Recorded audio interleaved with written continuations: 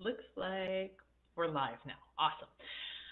Okay, guys, so tonight's topic is how to be happy even when you're screwing up. So, I just have to say, to do this live tonight has been challenging for me.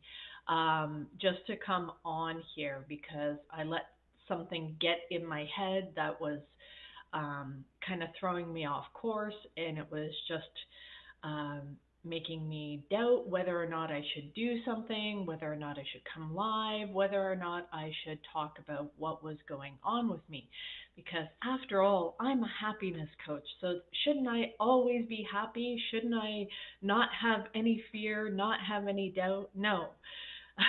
The whole point of this and what I share on here is to talk about my personal experience, strength, and hope in hopes that you guys can take something from this and apply it to your own life to be able to shift yourself from feelings of depression or anxiety or self doubt or criticism and all of these negative emotions that often hold us back as business owners, as individuals, um, in our personal life and in our professional life. So, coming on here, it, even though I sat here for what, 2 hours maybe, I think, stressing about what is it that I'm going to talk about. And I'm like, well, how do I do this? What do I, like, should I do this way? Should I have a proper section thing out and have it all nice and neat and perfect, right?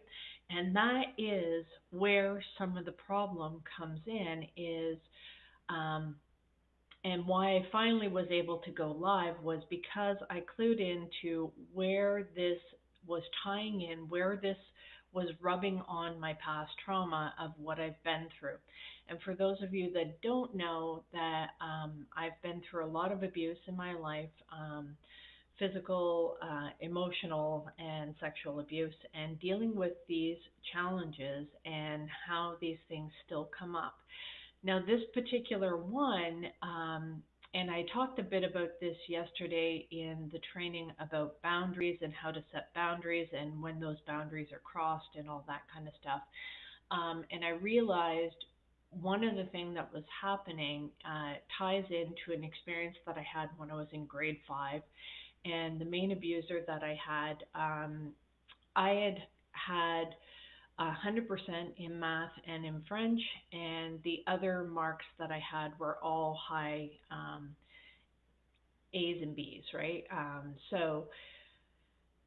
But I got told, when are the rest going to be perfect? So even though I've done a lot of work, when I come across certain situations where I haven't done things exactly perfect, what ends up happening is I end up taking over where my abusers leave off. So that original abuse that happened is one thing. And when you don't do that inner work, you don't know that that's kind of like programming that runs in the subconscious, that you act on those beliefs that you're not quite good enough, that you still have to be perfect. It doesn't matter that you did two things, two of your subjects perfect. When are the rest going to be perfect? And so while I know this stuff, occasionally this kind of comes up and bites me in the ass every once in a while. So it's a matter of identifying where are these things coming from and how to shift through that. And so I started to think about, like, how did I get myself through that as I was sitting here wrestling with these emotions, trying to find my way through this. And so sometimes this does take a lot, and it's having the awareness of where this is coming from.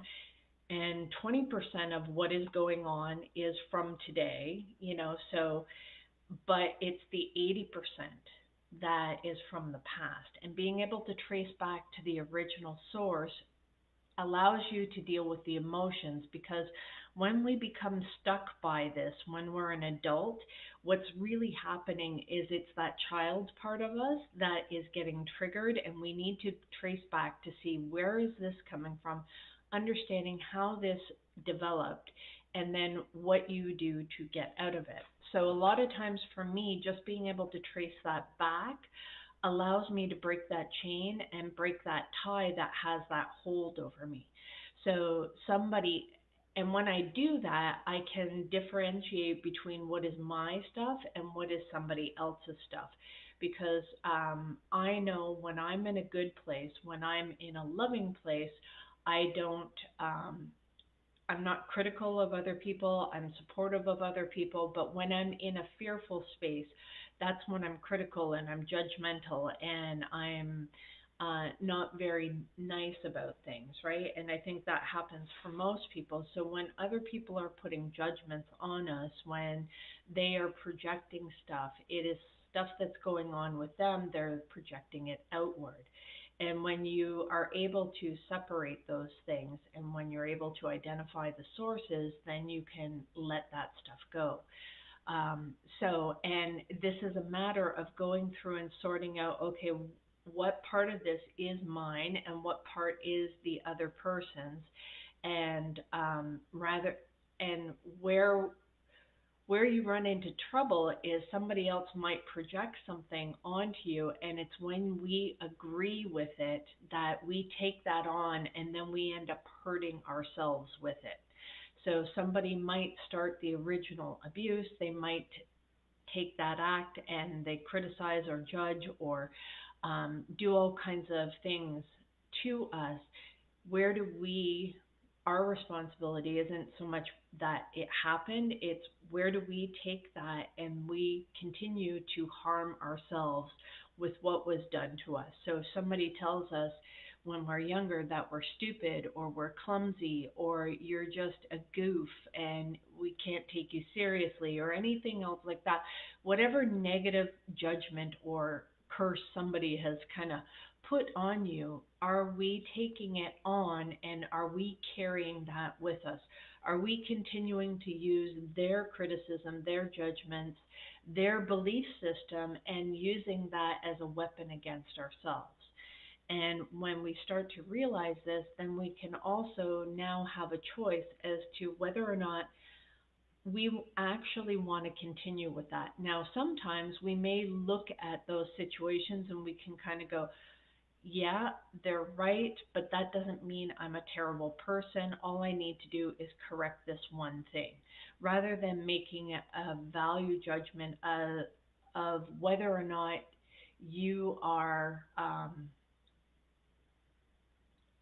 valuable as a person, whether or not you deserve um, that happiness, right? So understanding those kind of things um, is important with being able to see where this stuff is coming from. So somebody can say that you're a terrible person, and you might look at it and kind of go, you know what? Yeah, I did lose my temper in that particular situation. I did do that thing. But I've also done these other things, not justifying and saying that you you take ownership for the parts that you have done and you can correct those, but that doesn't devalue you as a person. So, and making things right, correcting that for yourself, and being able to understand what's going on and being able to change your perspective around what is happening. Um, so somebody may judge you in that way, but if you take it on, then it hurts. And that is something that is internal with you. But if somebody says something that you don't agree with, it's easy to deflect that. It's easy not to take that on, but it's when those things get in and they hurt, that's when you have to understand what's going on with you and how you need to be able to deal with that. Hey, Raya, welcome. So here's some of the things that I did. So, number one is when somebody's being critical and judgmental and harsh with you, and you are feeling pain from it, you have to understand, okay, at some level, you agree with that. And you need to be able to decipher where why do you agree with that? What has gone on? Has this been told to you before and you learn to believe that to be true about yourself? That if, well, so in the example of what I gave of that report card, I believe that I was not a good daughter, I was not a good student, I was terrible because not all of my marks were 100%.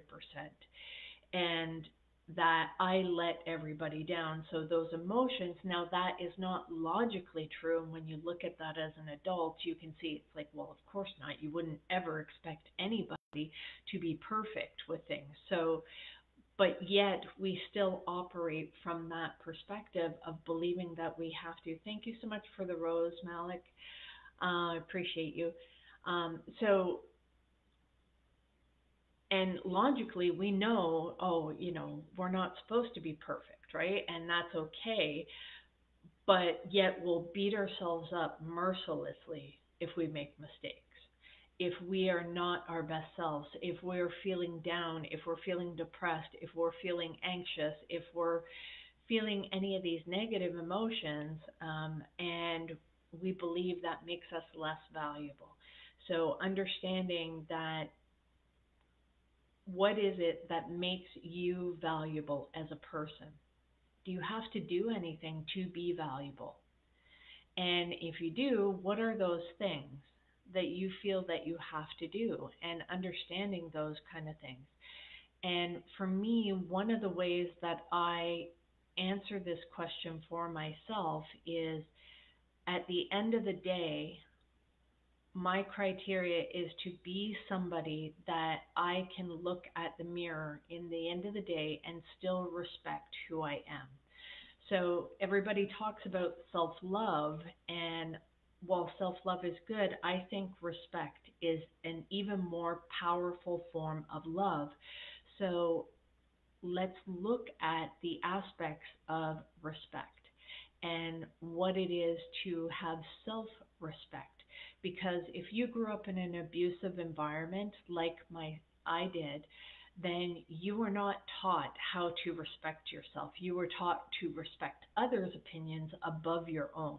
You were taught that other people's opinions of you mattered more than your own. Your values didn't matter. Any boundaries you tried to set, they didn't matter. They were crossed one way or another. Either you were manipulated into moving those boundaries, or they were just out and out crossed over and not respected at all. So if you've grown up in these kind of environments, this, and I'm not saying, oh, well, this is just what happened to me as a kid, so therefore I can't do anything about it. That's not the case at all. Um, this is a matter of understanding where the root cause is from, where the source code is, and being able to decide what pieces of it we want to keep and what pieces of it we want to change so it serves us better in the present. And being able to free us so that we're no longer stuck in this negative thinking, this negative process. So being able to understand this is something that is really key at the success. And so being able to determine what is it that I need to let go of here, how much of this is mine, how much of it is the other person's projections, and how do I value myself? How can I operate in a way that I would actually respect myself? Because sometimes, like before I came on live here tonight, I was thinking, you know what, maybe I shouldn't do this. Maybe I should just stop and obviously I don't know what's going on. I'm making mistakes. I'm not doing this right, so therefore I shouldn't continue. And those thought processes of coming on live here every day, Denaria. So those thought processes of feeling like I have to be this perfect human and I have to always have things correct is not the case. In fact, the people that I am trying to help the most are the ones that actually struggle with these exact same things. And these are the things that I do to help move me through this. And so this is what I am sharing with other people. Yes, these are my paintings, Denaria. So thank you. So being able to know how to behave as a person at the end of the day, I would respect, that I would admire, that I am going to be in alignment with what I value. And so learning this process of understanding what is it that I value, what do I admire, what do I respect the most about myself? Well, I respect my strengths. I respect my consistency. I respect my ability to make mistakes and still keep moving forward, which means coming on here live and being imperfect. And by doing that, that actually starts to take back the power that was taken by the abusers, right? And I take back and I own my own power by coming on here with nothing prepared, feeling inadequate, and still doing it anyway. Because that shows courage, that shows strength, that shows tenacity. These are all characteristics I admire and respect greatly. So for me to operate in this way is a way that I can allow myself to be happy, even if I am not perfect at it, even if this isn't my perfect, polished best self, and I didn't put together this amazing presentation, and I didn't use the whiteboard, and I didn't have everything mapped out. It's the act of doing the things that scare you the most, the that takes that power back, that you own that power. So now your abusers don't get to have that control over you. And whether that's a recent abuser or one from your past as a childhood, that you are able to take this back. And when you understand what those original wounds are and where they came from, then you can start to see when there's certain things that'll happen, because those original wounds that shaped how you um, deal with life, if you're unaware of it, it's running in your subconscious and it's controlling you anyway. So the unexamined life is not worth living. So learning to examine these things, learning to dig deeper within ourselves and see these parts of ourselves that are uncomfortable, that are difficult to look at, but they are also the very things that we need to actually go through in order to get to the other side and be healing. That's a very strange question. Have I been raped yet? What kind of fucking question is that? Like, from the age of 4 until the age of 19, I have been sexually abused by multiple abusers. So, yes, I have fucking been raped. Why you asked that question, I'm not quite sure. Can you please elaborate why that question was important for you to ask? You're a piece of shit. Fuck off.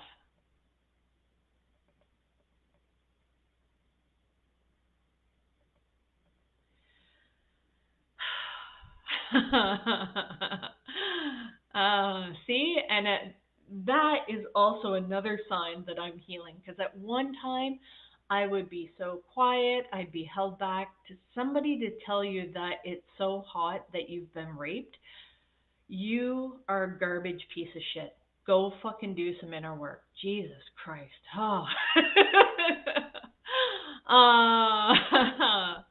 Yep. That might have been a reaction, obviously, and clearly, clearly affected by this kind of stuff. Yes. And sometimes it's important to be able to speak up, because at one time I would have laughed and joked and, like, been okay. But now, no, no, no, I'm going to speak up about things that are not okay. It's not okay to talk to me like that. It absolutely is not fucking okay to talk to me like that. So yeah, those will be automatic blocks for sure. So, and this is happening more and more as I do this work, and being able to stand up for yourself and be that person that you can protect, and let that inner child part of you know that you will stand up for what you should have deserved before, what you no longer will tolerate that kind of behavior happening to you anymore. And being that person that'll protect you and value you, even if the rest of the world does not. Okay? That is something that is really powerful. What would you do if when you, okay, so he said yes, would you go? I don't understand. What would you do if when you, okay, so he said yes, would go? Can you rephrase that? I don't understand your question.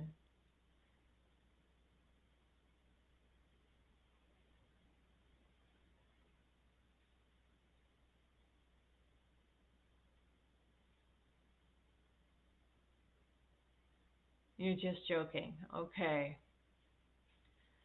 Is this a joke that only you would find funny, or is this something that I would find funny as well? Or were you making fun of me? That's a big difference. Okay. So this also brings me to another piece that I was wanting to talk about tonight as well, of understanding the types of abuse that have happened in the past. And one of the things that my abusers like to do was turning things around and making things my fault for their bad behavior. And so that always left me feeling like I was wrong, and doubting myself and doubting my experience and doubting the feelings, and that led to denying the feelings, which is why for the emotional work it's so important to be able to be in touch with those emotions and understand how they're affecting you.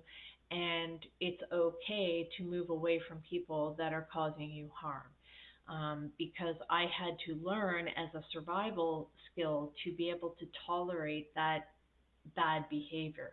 And how I was shamed was every time I tried to speak up about it, that I was labeled as difficult. I was labeled as a problem. I was labeled as crazy. I was labeled as I was making a big deal out of nothing. So when I was forced to sit in my abuser's lap, after the first time I told, and of what had happened, and been told that, he didn't really mean it, you took it wrong, right? It's okay, he promises he's not going to do it again. Like, that was supposed to be okay. And that really I was being the problem of trying to break apart the family by saying, hey, this is the shit that's being done to me and I don't like it, and now I'm the bad one. Not his behavior, not him doing that, but I was the bad one. And so there are times where if I'm in a situation where I'm made out to be the bad guy, it of course is going to rub on those wounds, and I start to doubt myself, and I start to wonder, is it me? And am I not seeing it clearly? Maybe I'm making a big deal out of nothing. So this is why it's important to do that inner work. So when you start to hear those repeated patterns from that wounded child of understanding, this is stuff that was told to you, this is stuff that was programmed into you, and then you can choose whether or not that is still serving a purpose, and whether or not you still want to operate out of that survival mode. And you can actually start to change by contradicting that experience that you had. Hi, MK, welcome. So being able to take action, take deliberate action against those kind of thought processes. And so because as survivors, a lot of times we want to pull back, we want to curl up, we want to hide away. And it's when we have that courage and we pull that strength from outside, inside of us to step outside of our comfort, that is where we start to take back our power. This is where we start to have that strength within us. And this is where we start breaking the chains of the ways that we were controlled in the past, and being able to speak up for ourselves and advocate for ourselves is a sign that we are healing, which sometimes we are going to get beat up. We are going to get labeled as difficult. We are going to get labeled as crazy. And we still need to do it anyway. We still need to do it anyway because we are so much stronger now as adults that have been through things, and we've made it this far. And if that child's part of us was able to survive without any coping mechanisms, without any proper tools or um, support available to us, we can definitely do it now as an adult. That we need to start being able to speak up about what is not okay for us anymore. And that doesn't matter if it's in a work environment and somebody comes along and says, "Oh, I was just joking. Like, you're just taking this too seriously." It's like, no, you're allowed to feel how you actually feel. Now, you are still responsible for your own behavior, so be careful how you communicate this stuff and how you react to certain things. Make sure it's warranted for the circumstances, right? So that is being able to tap into that and being able to speak up and advocate for ourselves is one of the ways that we start to take that power back and we actually start to heal, because now that is an action, and actions speak louder than words. That is an action that we are showing ourselves that we are valuable, that regardless if somebody else decides to value us or not, we are going to value ourselves. We are going to speak up for ourselves. And we are going to do this even if it's imperfect, even if it's not the correct way. We are still going to do this and not allow ourselves to be silenced. And that is something for me that I wanted to keep making sure that I show up, because it's by taking these actions, doing these hard things, even if they're imperfect, that I become stronger. And these things that and these are things that I've done in the past, and these are things that I continue to do today. When you've been through as much stuff as I have, maybe you've been through more, maybe you've been through less, whatever it is, it doesn't matter. Maybe it just, you had a perfect life up until now and something happened to you recently. Then it doesn't matter when this stuff has happened to you. It's a matter of how is it affecting you? How is it holding you back? Being able to identify those sources of where that came from, and being able to shift it so that you can move forward in a way that is supportive for you. And nobody gets to tell you what it is that you need to support yourself best. Okay? You get to decide. And you can say, you know what, I'm going to do this one thing, and then maybe something happens and you have new information, you have other situations, maybe you're just struggling and you're having a hard time right now and it's hard to keep through, to follow through with those things. You're allowed to be messy.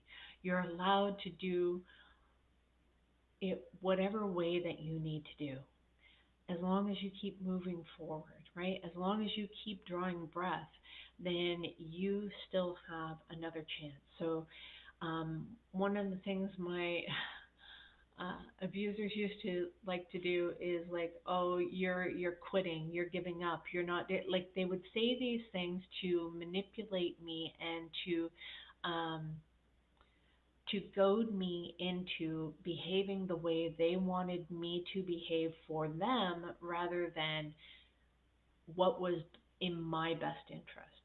That was not part of the discussion. That was not part of the conversation. In fact, there were no conversations. There was just either manipulation of trying to get me to do one thing or the other. And if the first thing didn't work, then they would try the opposite, right? So if they try things the nice way, if the nice way didn't work, then punishment would happen, and withdrawal and control and criticism and all of those kind of things, all as a way to narrow down and get me to do what it is they wanted me to do. Fuck that. No more. I will do what I need to do for myself. And that is something, and I'm a very very giving person. But at the same time, I'm very sensitive to when I'm being controlled, and I don't like it. And I am aware of that, even if it's somebody's best interest. They're trying to do what's best for me, but if there's no communication, if there's no conversation about whether or not I'm in agreement with this, then there's just going to be a natural resistance to it. And that, I think, you don't even have to be through trauma, because that is something that I've dealt with change management. If there's not good communication when you're trying to change something, or change a procedure or a process, or just how you want the business to operate, if there's not good communication and if you don't have buy-in from all of the people involved, then guess what? There's going to be resistance, and it's not going to go according to plan. So good communication is a key component for all of this to be successful, and being able to understand for ourselves what it is we need within us, to feel supported and to be able to communicate in a way that's effective for us, and to be able to speak up about the things that are not okay for us, is one of the keys. So that is basically the conversation tonight. And see, by taking these actions, even though I was stressed out and I was afraid and I was nervous and I was anxious and I was thinking, and that negative critical voice was trying to stop me from coming on live. And I sat here for 2 hours struggling with these emotions until I just finally said, I'm just going to come on, because I know someone out there somehow is struggling with these same emotions, struggling with the um, self-criticism, the self-doubt, the other people's judgments getting in your head, and you starting to doubt yourself, you starting to fear whether or not you can take that courageous step forward, and just frigging cannonball in. Be Bambi on ice if you have to. Just jump in and do it anyway. Face the fear and do it anyway. And by doing that, you're going to find, at least for me, this is what I find, is that I have now behaved in a way of a person that I would respect and admire, and think, wow, I can't believe she did that. I can't believe she still came on. I can't believe that she had the courage to do this in a messy way. She had the courage, even if everybody didn't believe in her, she still believed in herself. And that's a person that I can admire and respect. So, with that, guys, if you guys jumped in late, I invite you to go to my YouTube channel, which is Coach Tina B 125. Make sure you hit subscribe, and you'll get notified when I upload the replay of this. And I'm doing much better now, Kayla. Doing much, much better now. So by taking these courageous actions, and it doesn't have to be so big, just do one small thing of counteracting any of the criticism, the negative self-judgment, and going against that. You have to actively go against those thoughts in order to overcome them. And it's when you start to do this on a regular basis, and you understand where the root cause is, that you now break those chains, that you're no longer stuck in other people's views and other people's ways of how they believe that you should be living your life, and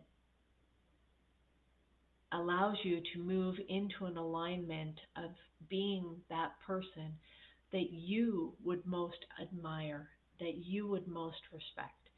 And so it's not so much about self love as self respect, and learning to treat yourself with that respect and still move forward even with all the mistakes, because it can be so easy to get on here and especially with social media, I've been trying to limit how much I'm on it.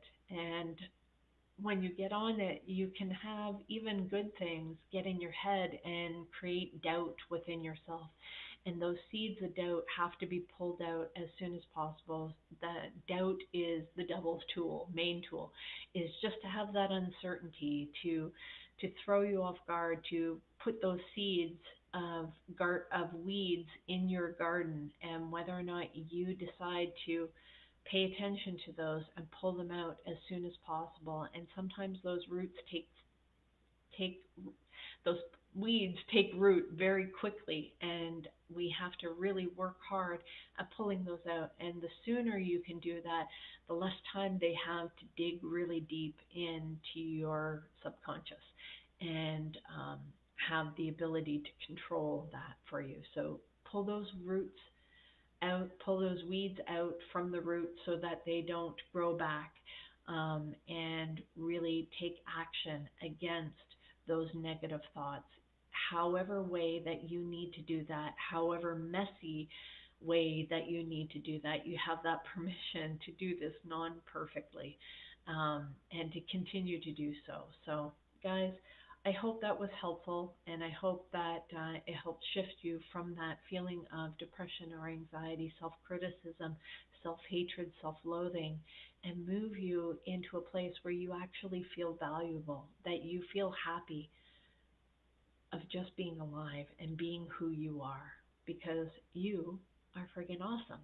So be you, okay? Be you, be the imperfect version of you. And with that, guys, we're going to wrap it up tonight, and I'll see you again tomorrow. Take care. Bye.